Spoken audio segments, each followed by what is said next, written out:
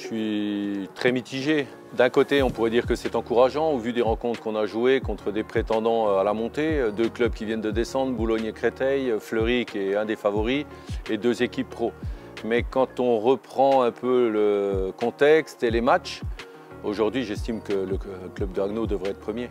On perd des points à Boulogne alors qu'on marque et que l'arbitre nous invalide un but, mais il y a eu quand même deux autres occasions pratiquement immanquables.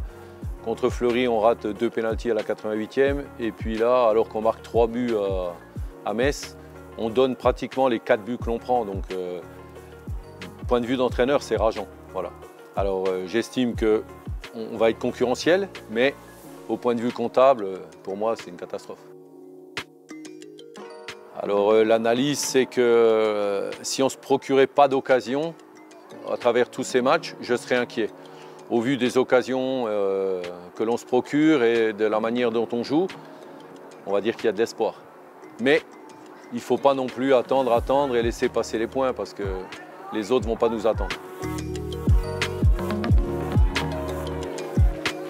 L'homogénéité commence à ressortir du groupe. On n'a pas de blessés, on récupère tout le monde parce qu'on a quand même récupéré des garçons post-Covid qui avaient des difficultés, des garçons blessés. Pour ne pas citer Danin, Treves, des blessures assez longues.